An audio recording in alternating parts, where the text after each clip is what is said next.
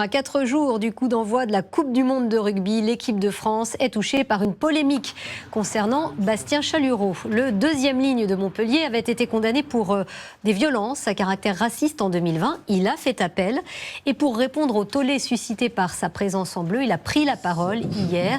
Il s'est défendu de tout racisme jusqu'à fondre en larmes. Le premier jour, je le nie. J'ai réfuté ces accusations. Voilà, je ne suis pas raciste, c'est tout. Puis quelques secondes plus tard. Chalureau, il a joué en équipe de France en novembre 2022 en Afrique, contre l'Afrique du Sud, première cape. Il joue le 18 novembre contre le Japon, deuxième cape.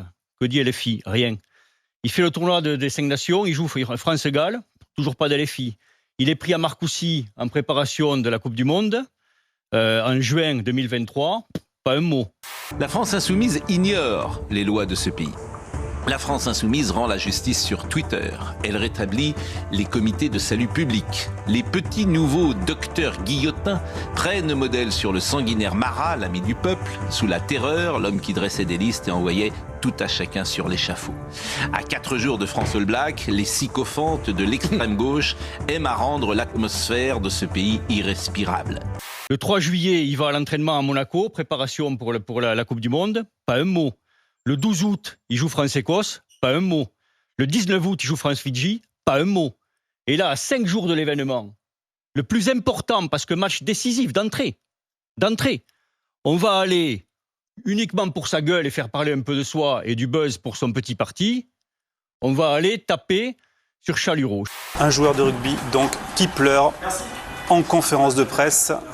Ce n'est pas banal, mais cette séquence n'est pas très raccord avec celle du coach assis à la même place la veille sur le même sujet. La Coupe du Monde, c'est pas pour les mauviettes. Est-ce que vous croyez que les gens qui jouent au rugby ne se parlent pas? Est-ce que vous croyez que les hommes qui vont aller au combat là, contre les All Blacks ne se parlent pas et ne sont pas capables de mettre tout à plat? Ça a été fait depuis bien longtemps. Donc accuser Chalureau, c'est aussi accuser l'équipe de France de légèreté. Et je ne pense pas que l'équipe de France soit légère, elle va nous le montrer contre les All Blacks. Dénonciation et lynchage sont leurs armes favorites, sauf évidemment quand l'un des leurs est au cœur d'une polémique. Adrien Quatennens a droit à plus d'égards quand il tabasse son épouse. Ainsi marche la France insoumise. Aujourd'hui, c'est Chalureau. Demain, la meute trouvera un autre client. La soif d'exécution publique de ces gens est inépuisable. Est-ce que Ségolène Royal peut représenter la gauche aujourd'hui? Voilà, c'est tout. J'ai droit à un joker dans cette émission? Ah non, il n'y en a pas. Bah, la réponse est non. Bon, c'est une réponse. Après la promesse de don hier de 10 millions d'euros par Bernard Arnault au Resto du Cœur, ses 2 fils, Antoine et Frédéric, sont venus signer leur chèque au siège de l'association en présence d'Aurore Berger, ministre des Solidarités. Un don qui, couplé à celui de l'État et d'autres entreprises, devrait permettre au Resto du Cœur de rester ouvert cet hiver. Une belle initiative pourtant critiquée notamment par LFI. Rémi. Oui, notamment par Manon Aubry, députée LFI, qui dénonce un coup de com' et qui remercie la famille Arnault pour cette aumône remboursée à 66% par les contribuables. Elle fait référence à la réduction d'impôts prévue lors de dons à des associations. Les bénéficiaires des Restos du Cœur ne cessent d'augmenter. Cette année, ça a été plus 25% cet hiver. Non, mais je suis toute seule. Plus 25%, plus 25% au Resto du Cœur. Et on va nous dire que M. Bernard Arnault, grâce à lui, donc effectivement, les pauvres en France ne peuvent pas se payer un sac Louis Vuitton, mais Bernard Arnault leur offre des coquillettes Luce Sucru. Eh bien, il est bien aimable et on ne va pas encore lui dire merci. Comment? Il n'aurait pas dû donner cet argent? S'il veut le donner, qu'il le fasse discrètement, mais qu'il ne vienne pas nous faire son opération de com' avec son copain Macron. Sauf que la famille Arnault a déjà annoncé que son don ne donnerait lieu à aucune contrepartie et ni aucune défiscalisation. Et la famille Arnault n'est pas la seule à mettre la main à la poche. Ce matin, c'est le groupe Crédit Mutuel qui vient en aide à la Croix-Rouge, également en difficulté financière. Un don de 7,5 millions d'euros va être fait donc à la Croix-Rouge.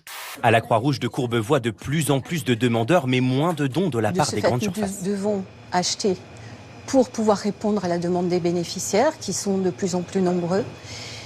Et ça nous coûte de l'argent, ça coûte de plus en plus cher et on n'a pas le budget. Je ne suis pas certaine qu'on tiendra jusqu'à la fin de l'année.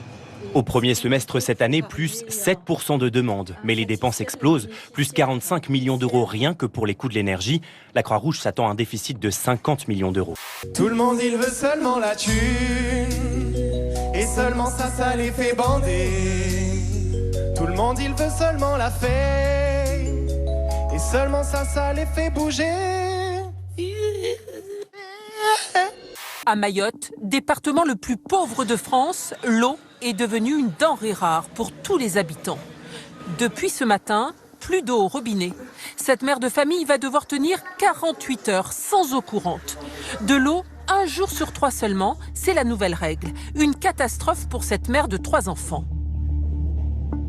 C'est très difficile avec les toilettes, surtout les toilettes. Je veux qu'on ait, dès la 6e de cette année, qu'on commence à avoir des élèves qui plantent des arbres. Et qu'on ait cette génération où chaque collégien aura planté son arbre. Ils vont nous aider à aller à notre milliard de reboisement. C'est hyper important pour la Sainte-Catherine. Pourquoi pour la Sainte-Catherine? Tiens, quiz autour de cette table. Patrick Cohen, non? Parce qu'à la Sainte-Catherine, tout bois prend racine. En fait, c'est fin novembre, et c'est la période idoine pour planter un arbre. C'est plus l'État qui est au service de l'école, c'est l'école qui est au service de l'État. Les élèves de 6e vont passer du temps à planter des arbres pour reboiser la France. Autant les mettre dans des camps. Et celui qui n'a pas envie de planter un arbre, il fait quoi? Non mais j'exagère sans doute un petit peu, mais pourquoi ces élèves sont-ils au type de parallèle?